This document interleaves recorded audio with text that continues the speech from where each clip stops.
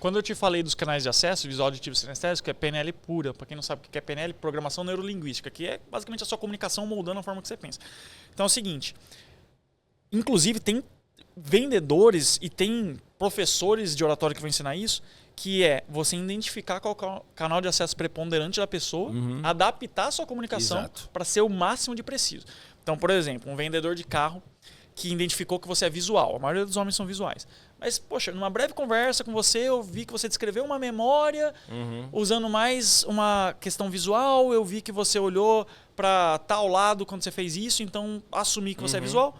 E aí eu vou falar assim, cara, olha só o design desse carro. Então eu vou apelar para palavras e argumentos visuais.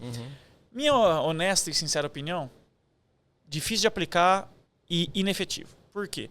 Primeiro que tem muita margem de erro. Você vai...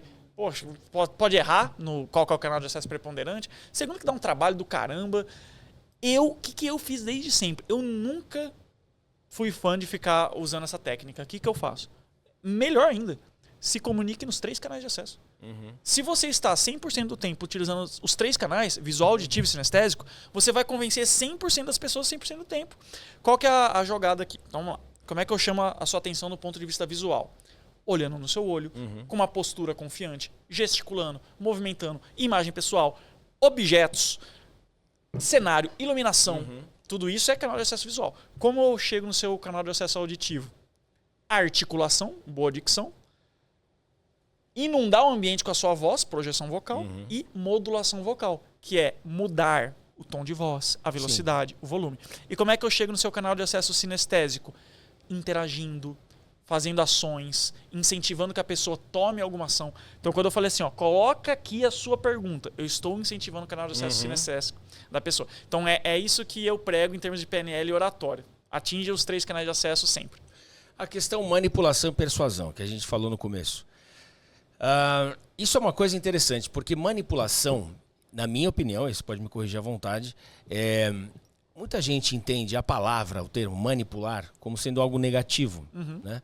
Fulano é manipulador, já acha que aquilo é algo negativo. E eu sempre defendo como sendo manipular, nada mais é do que eu induzir alguém a fazer algo que eu acho que aquilo é importante, que eu concordo, que eu quero.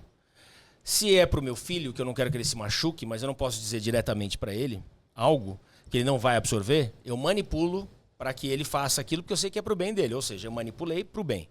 Então, muitas vezes, e aí por isso que eu quero a sua opinião, quando as pessoas manipulam, elas convencem, né, a arte de persuadir, etc.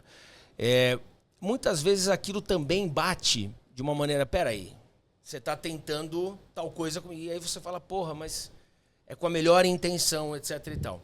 Existe alguma maneira de você deixar claro para aquela pessoa que o que você vai dizer é benéfico para ela, mas que sem você claquetar e dizer vou falar algo benéfico para você, que isso acaba mexendo com a tua oratória, né? E que você consiga falar e ela fala, eu tô te falando isso aqui dessa maneira e eu não tô te enganando, eu tô te manipulando. Então me explica sobre a sua visão de manipulação e persuasão. Tá bom, vamos lá. Manipulação, de fato, tem esse estigma de ser algo negativo. Então, uma espécie de convenção social. Uma pessoa manipuladora é uma pessoa que é golpista. Eu gosto muito de falar que persuasão é algo que é amoral. É como se fosse uma faca. Você pode usar para cortar uma carne ou pode usar para ferir alguém. É um instrumento, é uma ferramenta, depende da forma que você usa. Qual que seria a diferença primordial entre manipulação e persuasão? Que manipulação seria a persuasão utilizada para o mal. Na persuasão, é quando os dois saem ganhando. Então, poxa, eu vendi um produto que você precisava. Eu fiz uma venda e você resolveu um problema seu. A manipulação é quando só você sai ganhando. Então você prejudicou o outro. Então manipulação é negativa. Na minha opinião. A gente pode discutir semanticamente. Manipulação. Eu manipulei um medicamento porque eu movi os ingredientes. Então você pode usar em outro termo, mas teoricamente, se você encontra alguém na rua, no imaginário popular, chega, tu é manipulador, a pessoa vai se sentir ofendida. Sim. Né? Então, assim, mas na prática, a manipulação ela envolve muito mais essa intenção de prejudicar o outro. Tá?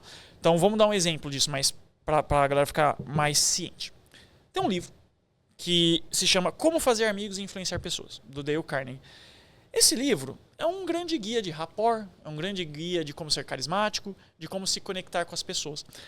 E muita gente interpreta mal esse livro, principalmente quando esse livro foi lançado, que foi lançado em 1937. E aí, na época que foi lançado, claro, virou uma febre, mas também atraiu muitos críticos. O pessoal falava, pô, esse livro ensina a ser bajulador, basicamente. Ensina você a ficar sorrindo, elogiando, perguntando sobre o outro toda hora.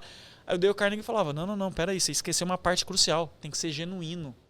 Qual que é a diferença de um elogio sincero, que é uma baita técnica para você fazer a pessoa gostar de você, e isso aumenta a sua influência, a sua persuasão sobre essa pessoa, e uma bajulação?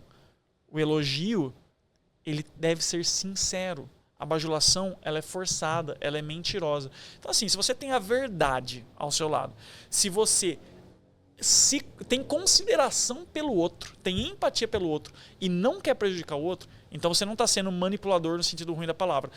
Pelo contrário, e aí a gente entra para desmistificar uma grande coisa.